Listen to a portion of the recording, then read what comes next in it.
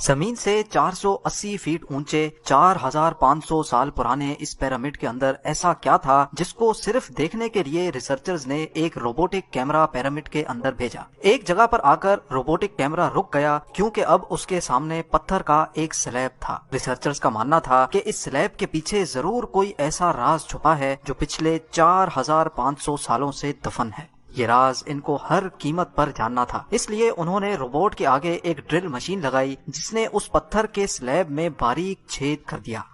अब इस छेद के अंदर एक कैमरा भेजा गया जिसने स्लैब के उस पार एक ऐसा मंजर देखा जो पिछले 4500 सालों से किसी ने भी नहीं देखा था। नाजरीन, मिस्र यानी इजिप्ट में टोटल 138 ऊंचे तरीन पिरामिड्स मौजूद हैं जिन्होंने पिछले हजारों सालों से दर्जनों अर्थक्वेक्स और कई खतरनाक तूफान का सामना किया। लेकिन मजाल है इनमें से कोई एक भी इधर से उधर हुआ हो। इनमें से सबसे ऊंचा और बड़ा pyramid the great pyramid of Giza कहलाता है और इस पिरामिड की बेस का एरिया 13 एकर्स है। यानी इस पिरामिड के अंदर हैरत अंगेज तौर पे एक दो नहीं बल्कि पूरी 9 फुटबॉल फील्ड्स आराम से फिट आ सकती हैं। एक एस्टीमेट के हिसाब से इस पिरामिड में टोटल 23 लाख बड़े बड़े पत्थरों का इस्तेमाल हुआ, जिनमें से कई पत्थरों का वजन 50 टन भी था। अगर इसके टोटल वजन का अंदाजा लगाया जाए तो इस पिरामिड का वजन 60 लाख टन है, जो 12 बुर्ज खलीफा के वजन के बराबर बनता है। लेकिन इतने ऊंचे और आलीशान पिरामिड्स बनाने का आखिर मकसद क्या था? हजारों साल पहले जब इंसान के पास कोई टूल्स भी मौजूद नहीं थे, तब इन पिरामिड्स की दीवारों को कैसे इंच बाय इंच लेवल किया गया? कैसे 50 टन वजनी पत्थरों को स्क्वायर शेप में काटकर बगैर क्रेन के ही 480 फीट ऊंचाई तक पहुंचाया गया? और इनको बनाने में ऐसे कौन से इंजीनियर्स का हाथ था जिन्होंने इन पिरामिड्स को अर्थक्वेक प्रूफ के साथ साथ इनकी तमाम साइड्स को एग्जैक्टली 51.5 डिग्री के एंगल पे सेट किया? ये सब आप जान सकेंगे आज की इस वीडियो में। तो आइए शुरू करते हैं। Challenge number 1। कई सदियों से मुख्तलिफ रिसर्च टीम्स इस पिरामिड की कंस्ट्रक्शन टेक्निक जानने के लिए सर जोड़कर बैठी थी कि आखिर इस पिरामिड की हर side exactly north, south, east और वेस्ट पे बगैर कंपास के कैसे सेट की गई होंगी। कई एक्सपर्ट्स का मानना है कि उस टाइम के आर्किटेक्ट्स ने सबसे पहले ऐसी जमीन तलाश की होगी जो लाखों टन वजनी पत्थरों का वजन झेल सके। उसके बाद पोलर स्टार्स यानी वो सितारे जिनकी मदद से अर्थ के पोल्स का पता पड़ता है, उनकी मदद से पिरामिड की हर साइड को मार्क किया गया। ना कोई कंपास और ना ही कोई ऑप्टिकल इंस्ट्रूमेंट, सिर्फ इस बेसिक टेक्निक से हजारों साल पहले इस पिरामिड की डायरेक्शन सेट की गई और वो भी 0 एरर्स के साथ। Challenge number 2।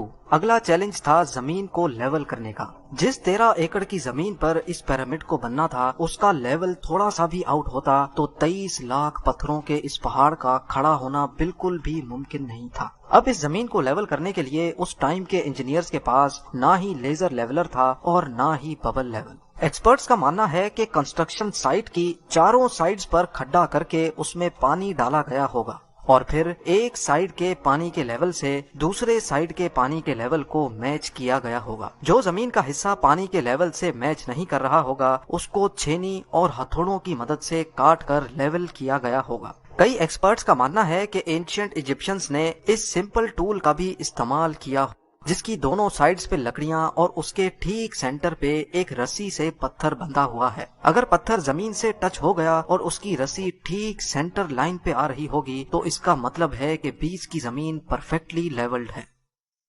Challenge number 3। अब पिरामिड कंस्ट्रक्शन साइट पे डायरेक्शंस भी सेट थी, मार्किंग्स भी हो चुकी थी और जमीन का लेवल भी सेट था। अब बारी थी कंस्ट्रक्शन स्टार्ट करने की, जिसके लिए लाखों टन वजनी और बड़े पत्थर रिक्वायर्ड थे।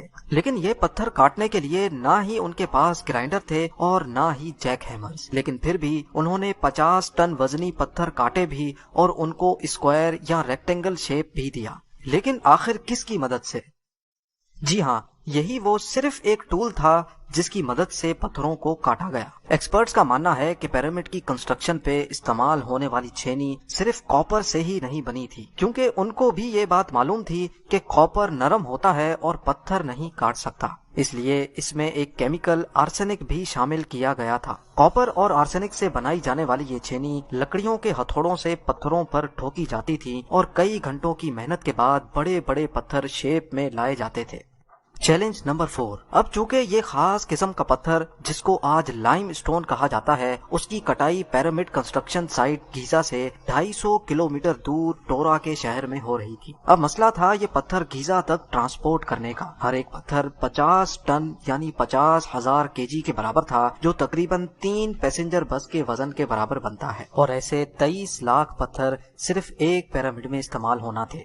اتنا زیادہ وزن ٹرانسپورٹ کرنے کے لیے نہ ہی اس دور میں کوئی جانور کام آ سکتا تھا اور نہ ہی ان کے پاس ٹرکس موجود تھے۔ حتیٰ کہ اگر آج کل کے جدید دور میں بھی یہ کام کرنا پڑے تو ٹرانسپورٹ کمپنیز کو اچھا خاصا ٹف ٹائم آئے گا۔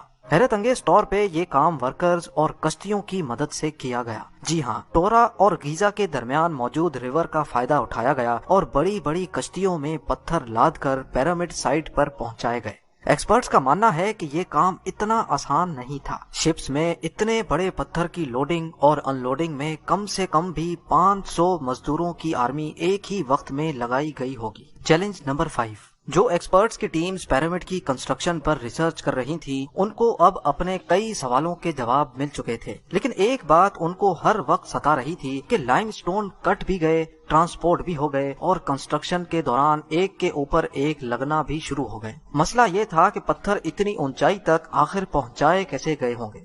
کئی ایکسپرٹس کا ماننا ہے کہ پیرامڈ کی کنسٹرکشن سے پہلے ہی یہ پلان کر لیا گیا تھا، یا تو یہ اسپائرل ٹریک کے ذریعے اوپر گئے ہوں گے یا پھر زگ زیگ طریقے سے، لیکن یہ بات تو طے ہے کہ 50,000 kg کے پتھر اوپر مزدوروں کی آرمی کی مدد سے ہی کھینچ کر گئے ہوں گے۔ Challenge number 6۔ بات صرف لاکھوں مزدوروں چھینی ہتھوڑے سے لائم سٹون کاٹنے اور اتنے بڑے پتھروں کو ٹرانسپورٹ کرنے کی ہی نہیں تھی۔ اس پیرامڈ کے اندر کمپارٹمنٹس، ان کے اندر جانے کا راستہ اور کئی چھوٹی چھوٹی سرنگیں بھی بنائی گئی تھی۔ باقی سب چیزیں تو ٹھیک تھیں، لیکن ایک چیز ایکسپرٹس کو حیران کر گئی، اور وہ یہ تھی کہ اندر کے کمپارٹمنٹس میں جو پتھر استعمال ہوا تھا وہ لائم سٹون نہیں بلکہ گرینائٹ تھا۔ جی ہاں، گرینائٹ ایک ایسا پتھر ہے جو ڈائمنڈ کے بعد دنیا کا سب سے سخت ترین سٹون مانا جاتا ہے۔ آج کل کے ماڈرن دور میں بھی گرینائٹ بڑے بڑے گرائنڈرز کی مدد کے سوا کاٹا ہی نہیں جا سکتا۔ دنیا بھر سے کئی آرکیولوجیکل ایکسپرٹس کو پیرامڈ کا وزٹ بھی کروایا گیا، لیکن کسی کو بھی اس بات کا سراغ نہیں ملا کہ 4500 سال پہلے ایجپشنز نے گرینائٹ جیسے ٹھوس پتھر کو اتنی صفائی سے کیسے کاٹا تھا۔ آخر کار کئی سالوں کے بعد ایکسپرٹس نے اس مسٹری کو بھی سالو کر دیا۔ ایجپشنز نے گرینائٹ کو اتنی صفائی سے ایک ایسے آرے سے کاٹا تھا جس کے دانت ہی نہیں تھے۔ جی ہاں، بغیر دانتوں والے اس آرے کے دونوں سائڈوں پر وزن ڈال کر اس کو گرینائٹ پر چلایا جاتا تھا اور بیچ میں بجری ڈالی جاتی تھی۔ ایکسپرٹس کا ماننا ہے کہ اس طریقے سے اتنے بڑے پتھر کو کاٹنے میں 4 مہینوں کا وقت لگ جاتا تھا۔ آخر کار پیرامڈز بنانے کا مقصد کیا تھا؟ ان پیرامڈز کو بنانے میں کتنے مزدور ایک ہی وقت میں کام کرتے تھے؟ اور روبوٹک کیمرہ نے جب پیرامڈ کے اندر پتھر کے سلیب میں سوراخ کیا تو اس کے اندر وہ کون سا منظر دیکھا گیا جو پچھلے 4500 سالوں سے کسی نے بھی نہیں دیکھا تھا؟ یہ سب اور اس سے بھی زیادہ آپ جان سکیں گے اس ویڈیو کے پارٹ 2 میں۔